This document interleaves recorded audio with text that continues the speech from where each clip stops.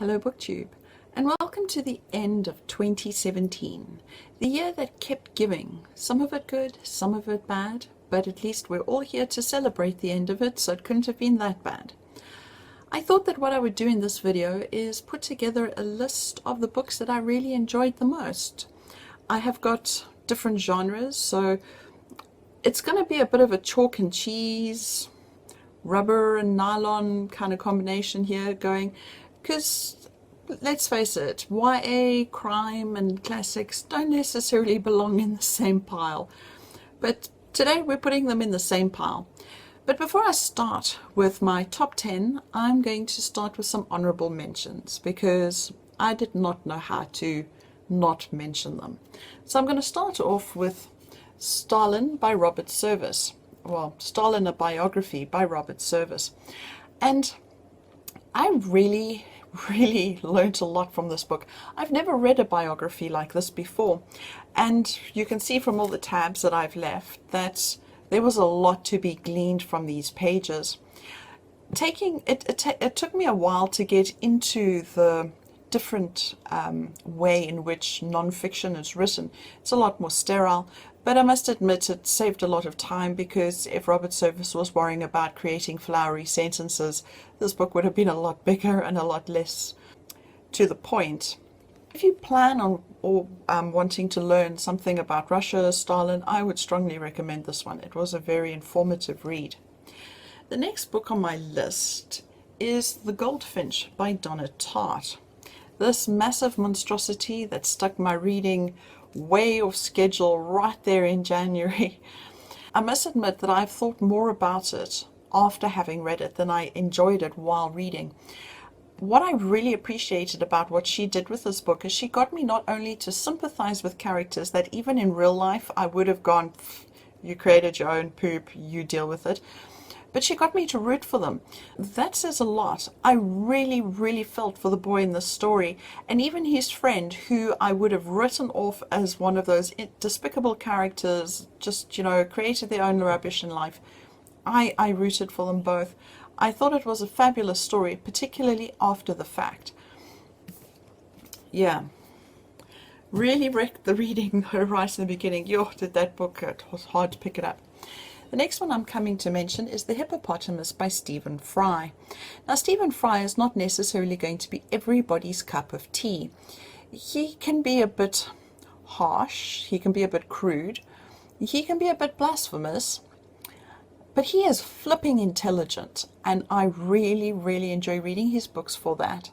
He gives me things to think about, he makes me think, and once again, a very unlikable character that I ended up really enjoying. I ended up rooting for this guy left, right and center. And of course, because it's Stephen Fry, there are moments where it is, almost laugh out loud funny. So, yeah. The next one, I'm a bit vague on. I know I really enjoyed it, okay? So this is My Cousin Rachel by Daphne du Maurier. And this book, I can remember scenes from it. So I can remember him as a kid. This is the beginning of the book, if memory serves me right. There at the gallows where you've got a body hanging. And then the big question with this woman, Rachel. And was she good or wasn't she good? Was she using him or wasn't she? And all of that. And I remember being completely gripped by the story, even though it's quite old. Yeah, this is the problem with reads that right at the beginning of the year is that, it's 117 books later, and right now everything's a little bit vague. The next one I need to mention is a sci-fi read, and that's John Scalzi's Lock-In. Now, I am not usually a very big sci-fi reader. I would like to read more sci-fi, but the thought of space operas just puts me off. But this one was just up my aisle. It was a crime novel held in a sci-fi suit, and I thought that was fabulous. I really liked the concept of, being locked in and technology creating a way for these people to still interact with the world. And a crime story, you had me. I'd also like to try and find his Old Man's War series. And this is also apparently now going to be the first in a series, so looking for book number 2 when it's out. And then the last one that I'm mentioning in honorable mentions is The Buried Giant by Kazuo Ishiguro. This book did not really score well out there in the world when it was released. And I'm not too sure why, because I love the idea behind this. You have this elderly couple with memory issues. They can't remember back far in their relationship, but by reading between the lines, the reader can gather that there were things that went wrong, but they can't remember what was, or what had happened. And I like the idea of, you know, relationships only working when one can forgive and forget, well, particularly the forget. It's a fantasy story done in a literary fiction style, which was nice. Now getting on to my genuine favorites for 2017. As I said, this is a bit of a mixed match of different genres because I read multiple genres, and I mean, just because I really loved a crime story doesn't mean I shouldn't really mention it because, you know, it's crime. How dare it get matched up against, I don't know, Michelle Faber. But anyway, is that a spoiler for what's coming? So the first book up I'm mentioning is a YA read, and this is Lair of Dreams by Libba Bray. If I had to think of a YA author, and keeping in mind that you guys have just had the honor of watching me haul off almost all my YA from my shelves, you'll know that I'm not keeping much. So you can gather that Libba Bray is an author that I actually really like, and I do.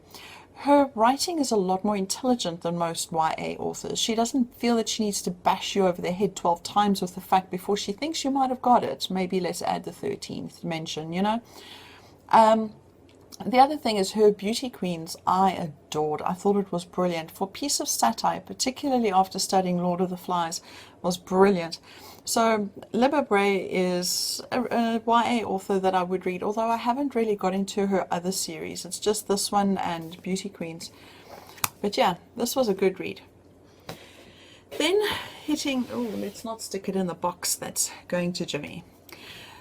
Classics. This was a reread, although it was a reread from, sure, I read this when I was in primary school.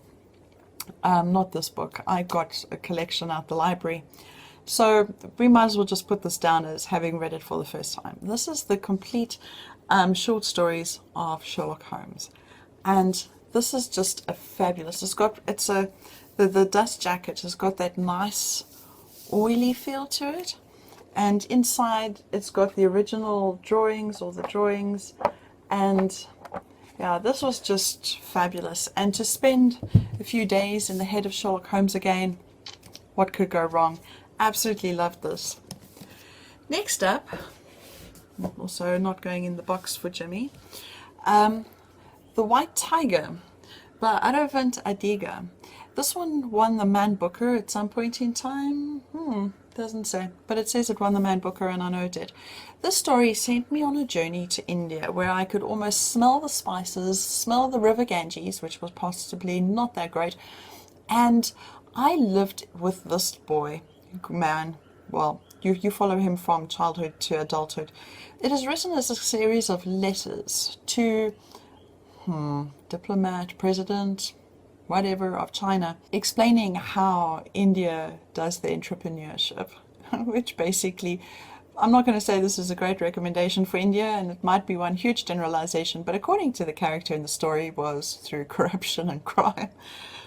But it was a very, very interesting story. It looked at castes, it looked at making one's way on their own against odds. I really loved this, but what I really enjoyed about this was that it was one awesome plane ticket to India that didn't cost a cent.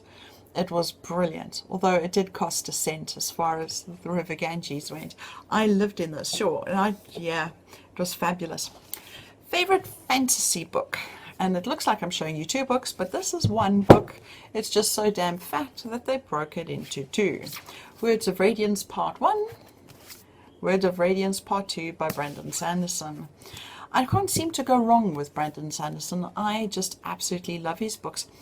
He really has created a magical world in this. And by magical, I'm not meaning Hogwarts. I'm meaning, more along the lines of Lord of the Rings. There is the plant life and the magic systems and the languages and the history and This is just brilliant, and it doesn't have the crudity of Game of Thrones. It's a lot cleaner. My mom and I actually sat and read these together, book one and book two. I had a choice, book one or book two, so I went for book two. And it's actually a nice series that the two of us can do together, which is awesome. Waiting for Oathbringer to come out like this so that it matches the rest on my shelves, because, you know, fickle needs. It's not good enough just to have the book. We need to have the book looking right.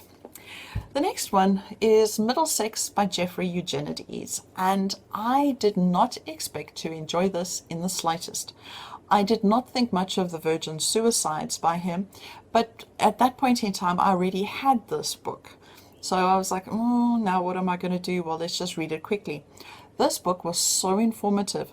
It's a story about a person who is transgendered and the issues and the difficulties that they go through. She was declared a female at birth, but chose to be a man later on. But it was really, really informative. The only thing that I would knock with this book is that it made it sound like transgender issues come as a result of inbreeding further up the line, which is obviously not necessarily true at all. But all it was really is, you know, having the two genes from both sides that, you know, create the issue. But it was a really, really informative read, and I really lived with this poor person. Anyway, the next book is Between Shades of Grey by Ruta Shepherdes, and this is the book that started me on the hunt for information about Stalin and what happened. I thought this book was fabulous. It is not one of those nice cozy reads. It's a read that is going to be shocking, horrific, but at the same time truly interesting.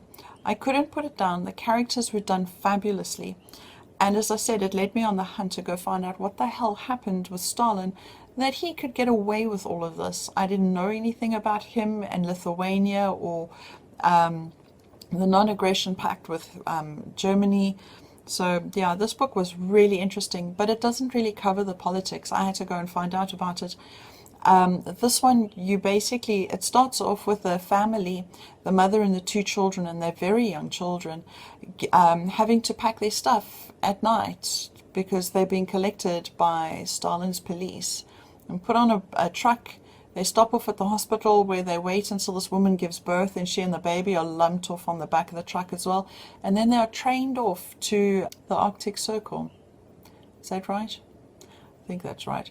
But anyway, and they end up there for ages. It was horrific, and it's amazing what the human spirit can survive, because although this is a fictional story, Ruta Shepherdes said in an interview that she got this information from people who had lived through this, and they didn't want to have their stories written down word for word, that this is what John Smith experienced, but they were happy to share their experiences on the condition that it was for a fictional encounter. So what these people encountered in the story is pretty accurate, but they were fictional characters.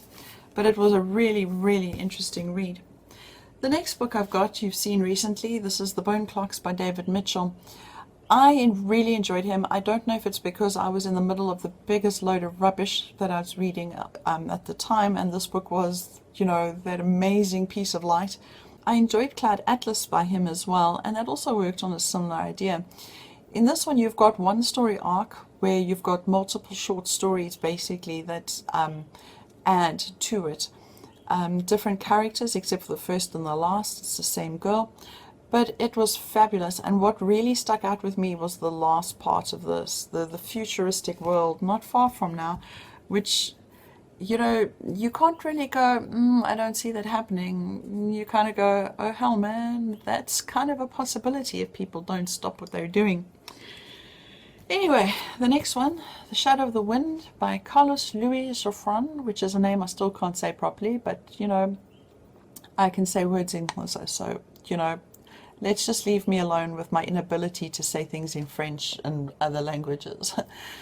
Anyway, this was also a really interesting book. It had been recommended very highly by Max at, I will insert his channels down below, although I don't know if he's coming back or not to BookTube. This story works on the idea that you've got this place where books are hidden. So at least there's a copy of everyone. And he finds this book called The Shadow of the Wind, and he goes off to find out what happened, because this book is being burnt everywhere, and he wants to know what's going on and how his story kind of mirrors that story. But yeah, I thought it was brilliant. I really enjoyed that one. The next one's a crime novel, and this is by Paul Mendelsohn. It's The Serpentine Road. Now, Paul Mendelsohn is apparently a British writer, but for a British writer, he has to be living in South Africa and has to have been living here for quite some time, because there is no way that you can write this book set in South Africa so accurately without actually living here. Because it covers, it's set in the modern day and age, although it does also cover a crime that was committed by the police during apartheid. And unfortunately, those kind of things happened a lot. So you've got two simultaneous storylines running at the same time with the same cop. The modern day story, though, well, it's all set in the modern day with the exception of right in the beginning. The way he captures how people still talk, you've got some folks that are excessively racist. The political commentary was actually brilliant, because there is no way that anybody can turn around and go that our president deserves to be president. So you've got the talk and how people talk, you've got the racism, you've got folks that are really trying to make amends, you've got gender bias, you've got all of it, but it's not, how can I put it, it's not like bashing a nail in with a hammer. It's just subtle, it's there, it's how life is around here. I mean, you'll have some people who are very politically correct, and then you'll have those that aren't. And yeah, I thought this was absolutely brilliant. My mom also read it, and she was also really impressed. Anyway, my last book for the year, my favorite book for the year, is The Crimson Petal and the White by Michelle Faber. I loved this book. It was kind of like the White Tiger experience, where I could smell Victorian London, which was not a good thing. I was drawn in right from the beginning with how he wrote this, you know, where you as the reader are actually being welcomed in by the invisible narrator, and he takes you off to go and meet a prostitute, and you hang around with her for a while until she bumps into Sugar, and then you join Sugar, and then you spend some time with the bloke in the story, and then you go back to Sugar. It was brilliant. I was drawn in all the way. I was not breathing by the end, and when it came to the end, I went, where's the rest of the 700 pages? Well, the next 700 pages, I want more. I really loved this. It's a pity that the Apple, which is a collection of short stories that come after this, not that they are a continuation of this, it's not, it's just filler in pieces. That was a letdown in comparison, but this was brilliant. I really, really loved this. Anyway, so those are my favorite books of 2017. I'm hoping that 2018 is going to be even better, that I'm going to be able to beat my all-time reading number, which was last year at 2016 at 133 books. This year I'm sitting at 117, but there are still 2 more days. So who knows, maybe I can get it up to 120. Not that it's a reading race, but it would be nice to get that damn TBR pile down before next year's one starts. Happy reading. I look forward to seeing everybody else's reading wrap-ups for 2017. I look forward to seeing all the recommendations that are going to be coming out the woodwork for great books. I've already seen some, and my TBR want list is already growing because it really needs to have. And all the best. Good luck for 2018. Happy New Year. Bye.